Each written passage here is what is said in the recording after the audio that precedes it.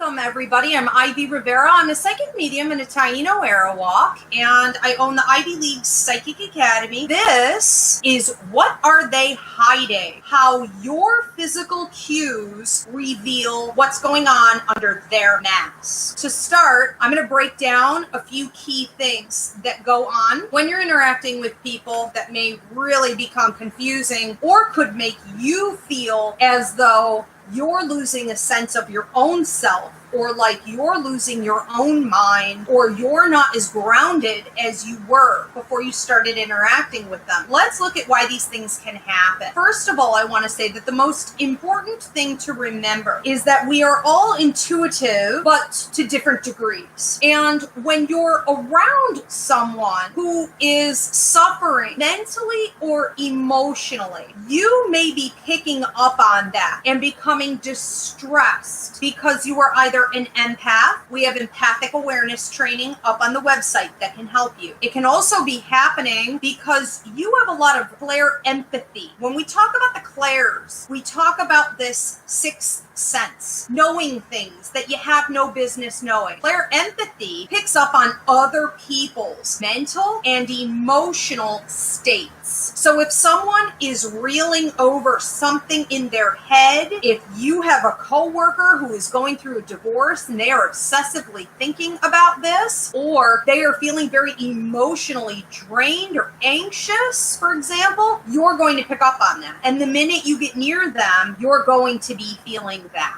If you are thinking about them and feeling these things, they keep popping into your head, it is also possible that you're the one who's meant to offer them some support or heal. So keep that in mind. That's called clair empathy. This happens for other people in a little bit of a different way. This is called clairsentience. Clairsentience is going to be your ability to feel with physical impressions in your body what someone else is experiencing. If you are sitting next to someone who has the flu, you may feel sick to your stomach. If you're near someone who needs a hip replacement, your back and your hip may actually start to ache. If someone around you has a horrible migraine, you may be picking up on that actually from a pretty good distance away. Well, this means that you have clairsentient ability, and you are picking up physically in your own body what does not belong to you. It can also happen with animals, so be mindful. I want to talk about cheaters. How do you know if someone's wearing a mask and they're lying to you? They're cheating behind your back. Obviously, a cheater would have to be. Maybe they're vying for your job. Maybe they are talking trash and trying to make you look bad, creating gossip, stirring the pot. Anyone who intends you real harm or is taking advantage of you in such a way that it would take a toll on your emotional and mental and possibly even physical well-being, that is going to cause for you to have a burning at the back of your neck, your upper shoulder area, and often up into your head, like an odd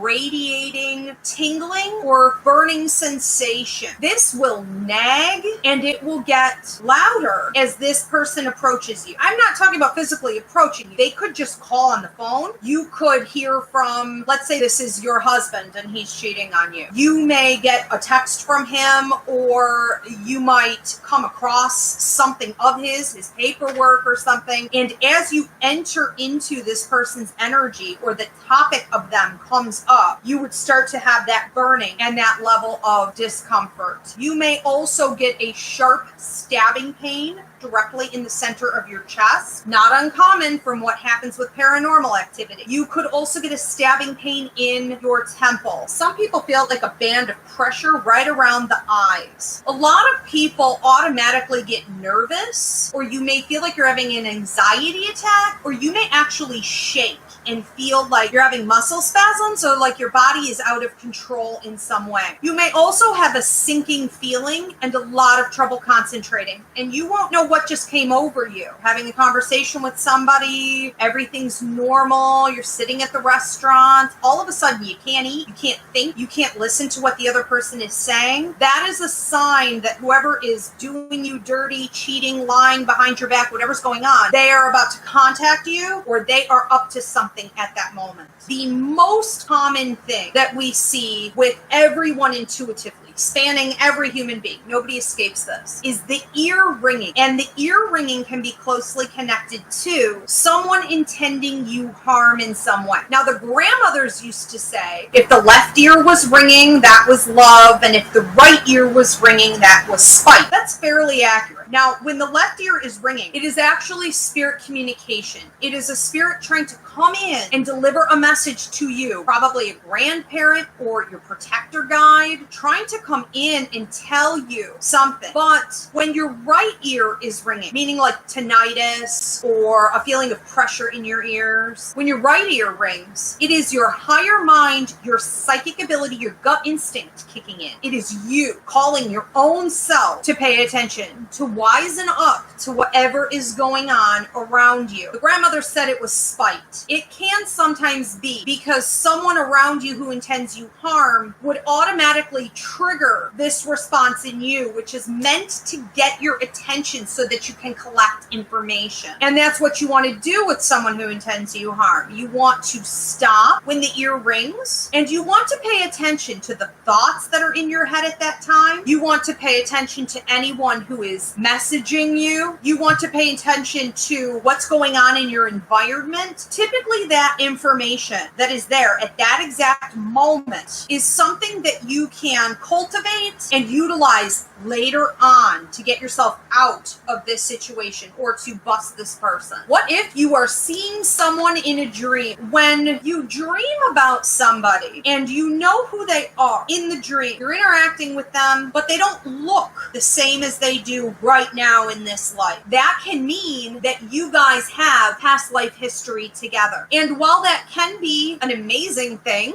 this can also be suspicious. I would watch the people who show up in your dreams, because typically your guides, your protector guide in particular, is helping you through your dreams to figure out who is in your life right now and who they were in your life in the past. So your dreams are, in a way, a vision, a replay, a flashback of who you were and what you did together. And if you want to know what the people in your life right now are up to, pay attention to those dreams, because who they were is who they still are. That's not done, or else you wouldn't be reliving an experience with them. There could be unfinished business, unfinished karma, karmic debt. There's something going on. Now, if it's a good experience, that means that you guys are working together on something, and that's a completely different ballgame. So what we want to ask in our dreams when we see people is, what does their energy tell you? And you want to make sure that you're asking who they are, because once you wake up, you could get confused. You could say, well, they didn't look the same, so it seemed like it was Nancy from work, but it couldn't have been Nancy from work. Yeah, it was Nancy from work. You're just seeing her as a man from your previous life. Ask the questions, keep a dream journal. What happens when someone continuously pops into your head? Why would that be? What is going on with them if they keep popping up and you're not talking to them? You don't even necessarily know them very well. There's no reason for it to be happening that you can figure out. It could be that they have a mask on and they do actually have ill will against you, or they want what you have, or they are needy for your energy. They are almost creepily stalking you energetically, will pop up in your head repeatedly. You may notice that along with the ear ringing. That is not good. That's someone you want to keep your eye on. One of the tools that I use to know what someone's intentions are with me is a little evaluation upon meeting them. So when someone new comes in, I will actually take a moment to pull back and let them talk to me, and I stare at them and I ride off their voice vibration and I ask, who was this person in the past? What did our relationship look like? Why are they here? And how is this relationship going to play out? I will know an automatic,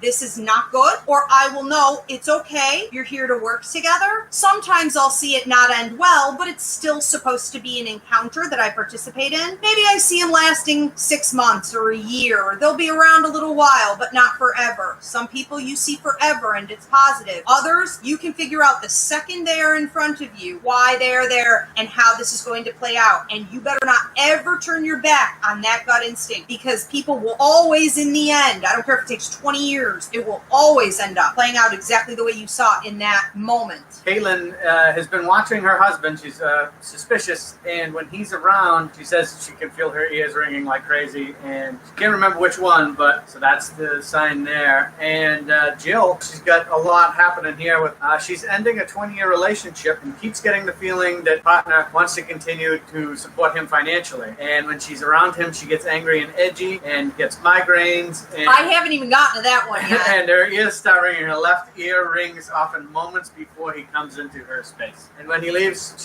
she goes back to calm. Not to confuse things or get anybody off the hook, but there is one more reason the ears can ring. When someone has a lot of empathic ability and another person has a lot of empathic ability, and we put them close together, your ears could also ring then. But typically you notice other things with that, like you're both very intuitive, you play off of each other's energy, it's a positive encounter, you may notice a numbness in the face of the mouth. There could be a more pleasant experiences aside from that. So I'm not saying that you're not accurate. It could be this other thing. We want to take everything into consideration. But yes, I would watch your back, especially that left ear ringing, because you've got ancestors and guides coming in and talking to you, and that never happens for no reason. Okay. We talked about when someone keeps popping in your head repeatedly and you really don't know why. On a more positive note, this can also mean that you have some kind of work to do with this person. So we don't want to automatically assume they're toxic or mean you harm. It is possible that as you go forward in this relationship, again, even if you don't know them really well, that you'll be crossing paths repeatedly and supporting each other, or you may be there to support them in some way. Okay, so again, we don't ever want to overreact. We want to consider all things possible, but your gut never lies. So what happens if you are feeling angry? If you are feeling like you want to punch somebody in the throat and they didn't even do anything wrong yet, you don't know why, you are irritated, you cannot stand looking at them or talking to them. You could know them well and feel that. You could also not really know them at all and not understand why you're feeling that. There is a resistance there. There could even be feelings of hatred toward this person. I'm talking about feelings. A lot of people don't like that word. I'm talking about the way you feel. That is a real thing. Hatred happens. It's natural. And it's keeping you safe. So don't ignore it. You could also feel disgusted. And when they speak, it could be like nails down a chalkboard. Why is that happening? Well, it can mean that this other person owes you in karmic debt. It can mean that in a previous life they stole something from you. They enslaved or entrapped you. They sold you out in some way. There is something historical if it's hysterical like that. It is also possible they're lying right to your face. They are two-faced. They are giving you lip service. I would be very careful, because when that activates and you feel that level of disgust, whatever they just said to you or are about to say to you is false. You need to dig deeper. Along with this may come the number 7, following you a lot on the clock, in license plate numbers. The number 7 is calling you to dig deeper for the real truth in some type of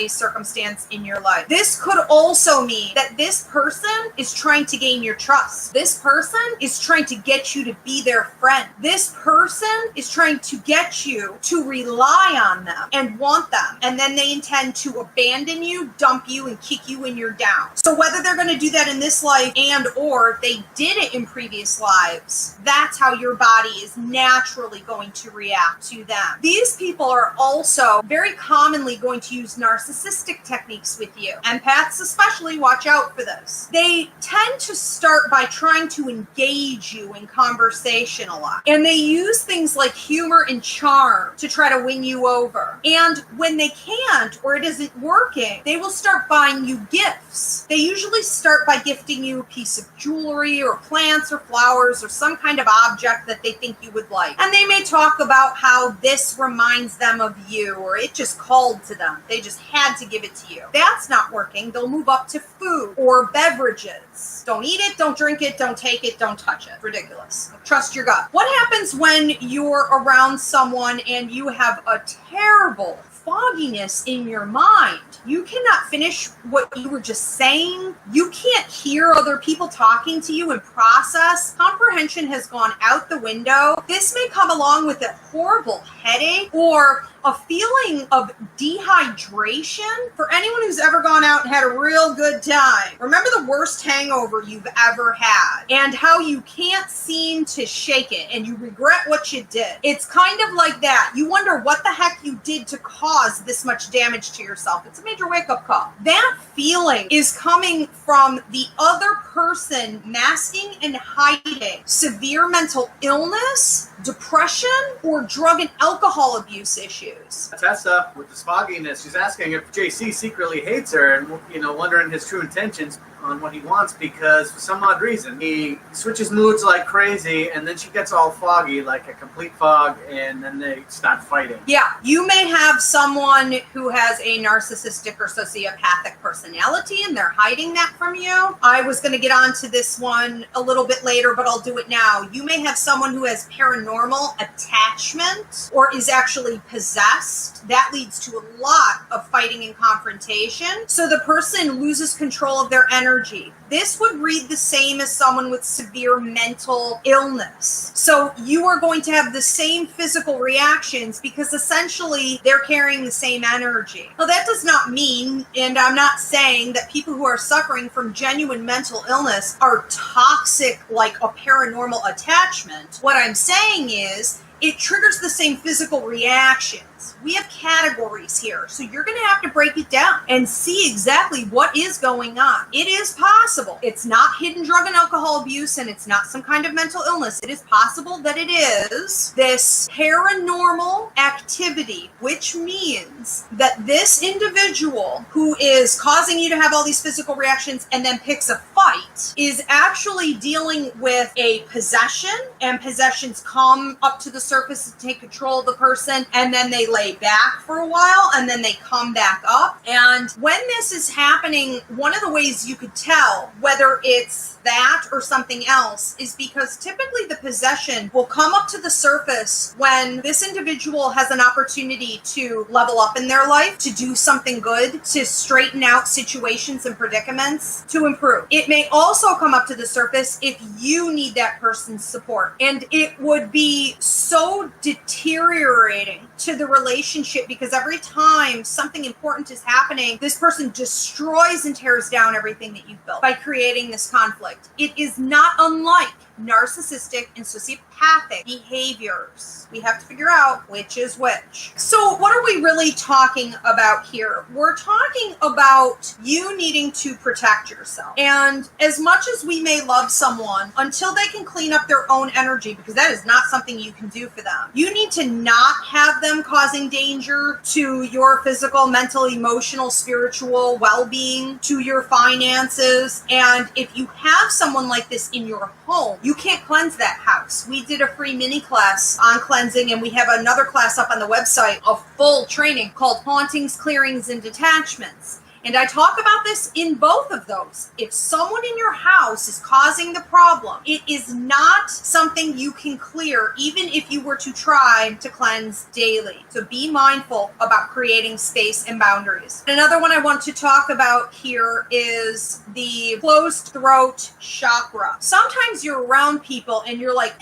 I can't breathe. I don't know what came over me. You're choking on your own saliva, or you feel like there's almost like a scar, a tightness, okay, like a noose around your neck. You can't figure out what the heck is going on. That means that the other person is hiding probably a ton of communication, not necessarily just from you. It's usually a really bad habit that they picked up over the course of life. You will see this a lot with females who have been trained by society to be small. They actually talk in a different tone. It's not even their real voice, or they have a really high-pitched sound. People who have decided that they're not going to speak their truth for one reason or another develop a closed throat chakra. And the worse it gets, the closer it gets to becoming an actual physical problem like throat cancer, thyroid issues, chronic allergies, esophageal problems, the closer they get to that, the more you are going to pick up on it when you get near them. That can also come along with the headache, depending on how bad it is. There's a second reason somebody could have a closed throat chakra, and that is that they did speak and communicate their truth, but they were disrespected. They were not heard. They did not get changes that they were deserving of getting, and they haven't really figured out a way to navigate that yet.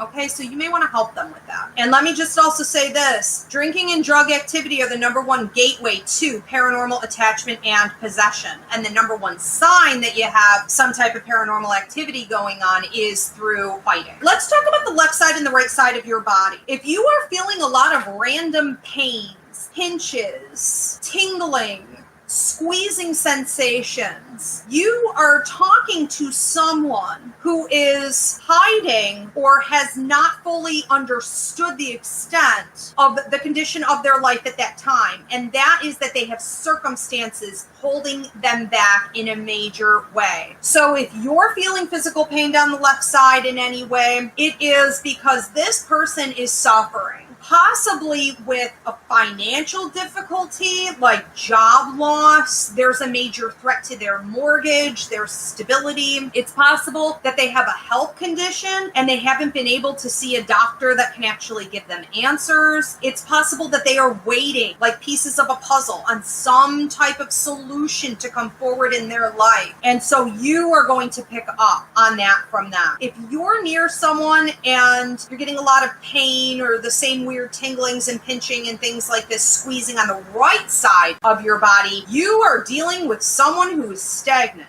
You are possibly going to feel irritated with them also. So for my movers and shakers that are watching right now, we may have a low tolerance for these people. These are the people that have to have all their ducks in a row. They can never just boldly make a move in blind faith, and they're holding themselves back. You may hear things from them, martyrdom mentality, victimhood mentality, that causes pain in the right side of your body, being near them. What if your in-laws are talking trash, stirring the pot? What if you have triangulation in your family, or your spouse is up to no good? Are you married to someone who runs up to mom and tells her all of your personal business in your marriage, your relationship? Are you with someone, are you with a girl who goes off and talks to her, her friends or her family about you bad, but then comes back and acts like everything is okay? You are going to have back issues if this is going on, even if you've never had them before. Now, it can go all the way from the top to the bottom, almost ranging from feelings of like slip discs or just neck pain. But when it gets down into the lower back, it is really coming to the surface at that time, and that is something that you need to deal with. So it could almost be anything from like sciatica to just a lot of pressure and general pains in your lower back. Now, if you are in a situation like this for a long period of time, you could actually start suffering from back injury or significant problems there. Jill said, whoa, I think it just helped me figure out the tingling in my left hand and arm pain and tightness. Been trying to figure it out for 5 months. Probably someone around you who's pretty close. And I want to explain this again. Jill says she's getting this and she finally figured out where it's coming from. But the thing is, you don't have to be around that person all the time. You don't have to be around any of these people all the time. This is something that lingers. Once you're introduced to their energy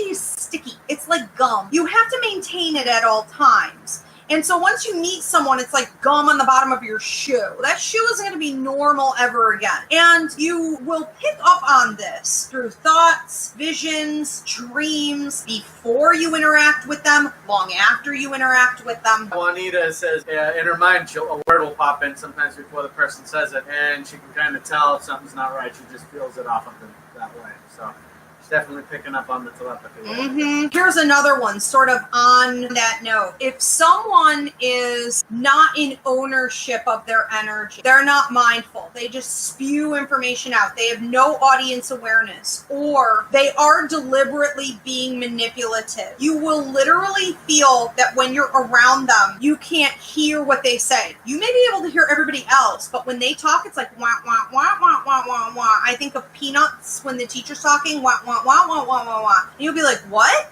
You cannot allow for that energy in, and your body is naturally expelling it. You may also notice that you're grinding your teeth or you're showing tension in your muscles when someone is doing that, even if they deliver it very sweetly and everyone else seems to just adore them. Okay, remember, a lot of people train in this for many years to be good at it, and they typically work the angle of charm and intimate dialogue in some way. You may also feel exhausted. So the number one most common thing to witness when you are, everybody notices this, when you are around certain people, oh my God, why am I so tired? I just got here. It doesn't make any sense. I slept well last night. You can literally feel like you want to lay down on the floor and take a nap. That is a sign that you are around someone who's wearing a mask and they're actually an emotional vampire. They are draining your energy. They are needing something from you. They are out of control and they have a complete lack of mindfulness. Here's what I'm going to suggest. Find out when this happens to you who it is in the circle, and make sure that if you have to interact with them on a regular basis, you do it through technology. But I'm going to warn you that even if you can limit it to that, you will get drained right before they send you that email. You will get drained as soon as it dings. It is incredibly difficult to maintain the boundaries that are needed when we are constantly being exposed to people like this. And that one is really dangerous because it takes a lot to replenish your energy, and it takes a lot to cleanse out their toxicity. So we talk a lot on here about putting Epsom salt in the bottom of your shower, a nice hot shower at night to cleanse out, and you want to limit your interactions with them. And I would highly recommend for everybody, whether you think you're very empathic or not, everybody's empathic to some degree. There are 4 different levels. Use the tools from the empathic awareness training. You can go onto the normal website, or you can go onto IvyRiveraEmpathicEducator.com. These tools will help you now that you have the information and you can decipher where and who it's coming from and what it is. You can use those tools to block it and to release it. You have to understand what is mine and what is others. And when dealing with others, you have to understand who they really are and what they're really putting out. All of it is affecting you all the time. I could get into this a ton more. We talk about this a lot. If this interests you, psychic mediumship training is going to be great for you. But I'm going to leave it at that for today, and we are going to get into questions or comments now. Bernadette has a question. She says, when you can see someone's true nature, how do I convey that to other coworkers without them thinking I am exaggerating? Often you don't. I think that it's best in life, typically in social situations, because you can lead a horse to water, but you can't force it to drink. And often bringing these things up can make it worse, because when you're dealing with someone who's deliberately being deceptive, they've trained in that. They've learned how to do that. So it could end up making it worse. But what I think works the most is to live by example. So that if somebody were to say, oh, well, let's go have lunch, or so-and-so said this, you just say, yeah, not me so much. I really don't go there. I really don't associate with that person, or I would really rather not. Find some way to live by example and trust that if that person is open to receiving and you are the one who's supposed to heal them with that knowledge, the universe will set up an opportunity for you to live by example in front of them, which will keep them watching that other person and to stay safe.